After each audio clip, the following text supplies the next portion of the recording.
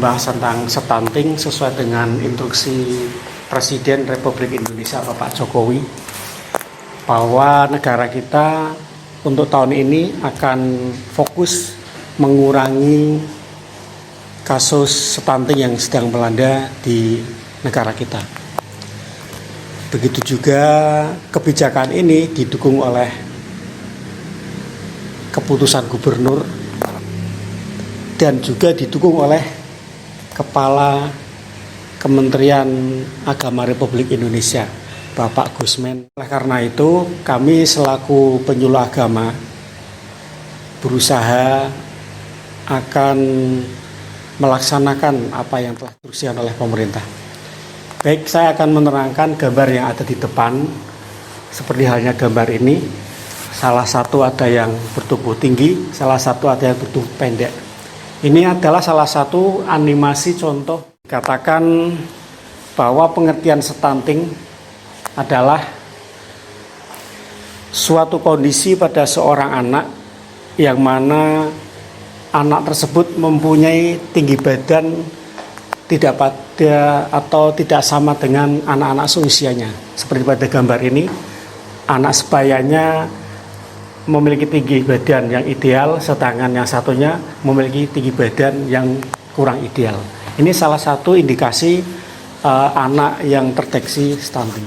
Permasalahan stunting ternyata tidak hanya melanda di negara kita Indonesia yang notabene terkenal berpenduduk orang pendek-pendek.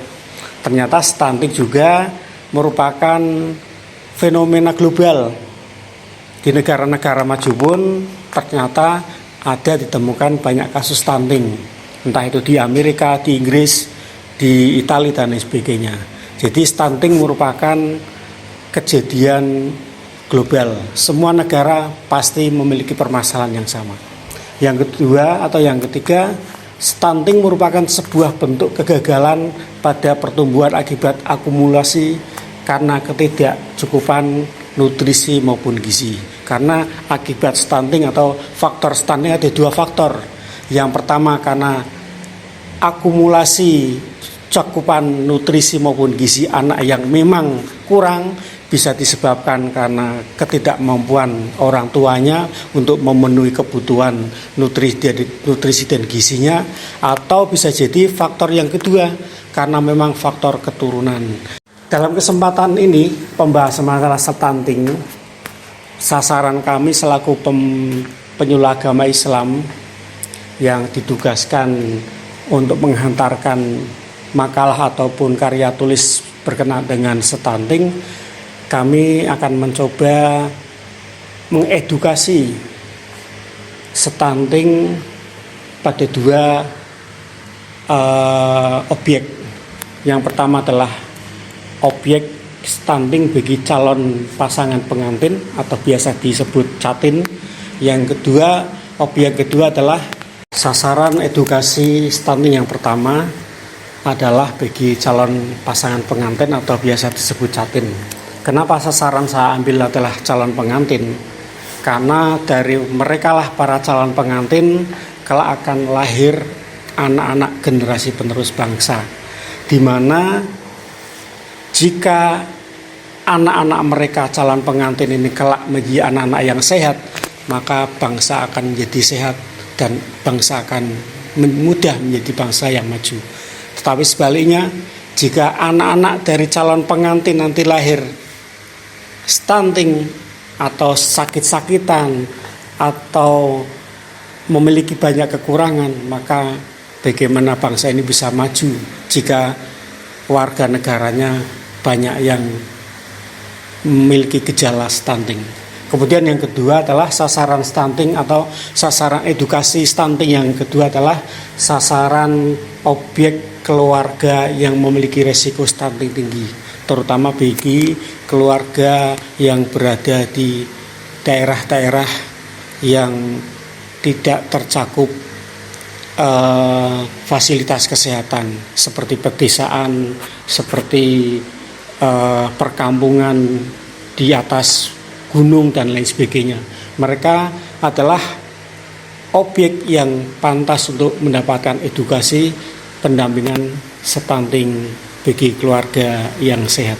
Kemudian kaitannya dengan terjadinya stunting, saya mengutip ayat Al-Quran yang diambil dari surat Al-Baqarah ayat 233, yang mana Allah Subhanahu wa taala berfirman, a'udzubillahi minasyaitonirrajim, wal walidatu yurdi'na auladahunna haulaini kamilaini liman arada ayyutimar radha'ah, yang artinya, dan ibu-ibu hendalah menyusui anak-anaknya selama 2 tahun penuh bagi yang ingin menyusui secara sempurna.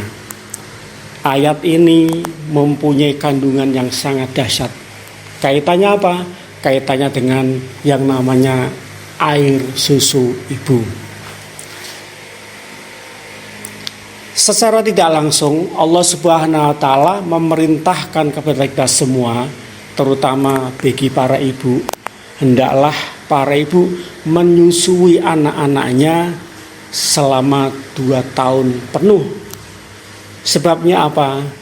Jika anak mereka atau anak-anak bayi-bayi ibu itu diberikan ASI selama 2 tahun penuh, maka saya jamin, bukan saya yang menjamin, tapi Allah Subhanahu wa taala yang menjamin, maka kelak anak-anak mereka akan menjadi anak-anak yang sehat.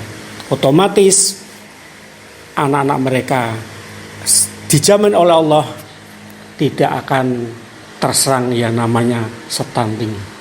Oleh karenanya, mari kita semua, terutama saya pribadi sebagai penyuluh agama, mengajak kepada kita semua untuk bisa mendampingi, memberikan motivasi kepada istri-istri kita, keluarga kita, terutama yang sedang mengandung ataupun bagi pasangan baru, kelak jika mereka mempunyai anak, diberikan edukasi yang sangat kuat supaya anak-anak mereka diberikan ASI eksklusif paling tidak 2 tahun, minimal 6 bulan.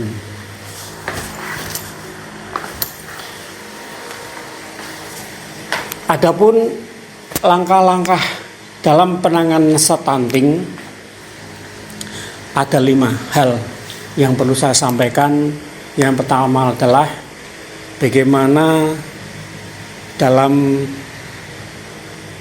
keluarga, terutama bagi seorang suami, dapat memenuhi kebutuhan gizi istri mereka atau istri mereka yang sedang hamil dengan cara memberikan makanan ataupun asupan makanan yang sesuai gizi, yang mengandung gizi maupun nutrisi yang baik. Yang kedua, tadi saya sampaikan pentingnya memberikan ASI eksklusif bagi balita. Kemudian yang ketiga, memperbaiki gangguan menyusui. Maksudnya bagaimana?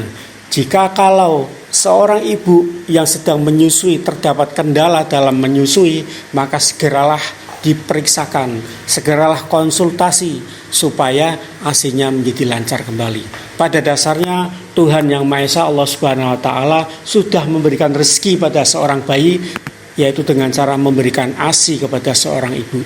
Tetapi jika dalam perjalanannya ASI itu terdapat gangguan, maka segeralah diperiksakan ke dokter. Kemudian yang keempat, orang tua memberikan protein atau makanan yang seimbang, protein hewani, protein nabati, dan makanan-makanan pendamping ASI yang lain. Dan yang terakhir, jangan lupa imunisasikan balita kita secara rutin. Supaya apa? Supaya terpantau kondisi perkembangan anak-anak kita, sehingga apabila ditemukan sesuatu yang kurang, maka bisa segera ditangani oleh tenaga medis yang ada di. Yang terakhir, sebagai orang tua, untuk menghindari atau mengurangi kejadian stunting, yaitu intervensi orang tua terhadap anak. Bagaimana kita selaku orang tua kita punya kewenangan, kita punya kewajiban untuk mengintervensi anak-anak kita, baik anak kita yang sedang mengandung maupun anak kita sendiri, kita yang masih memiliki bayi.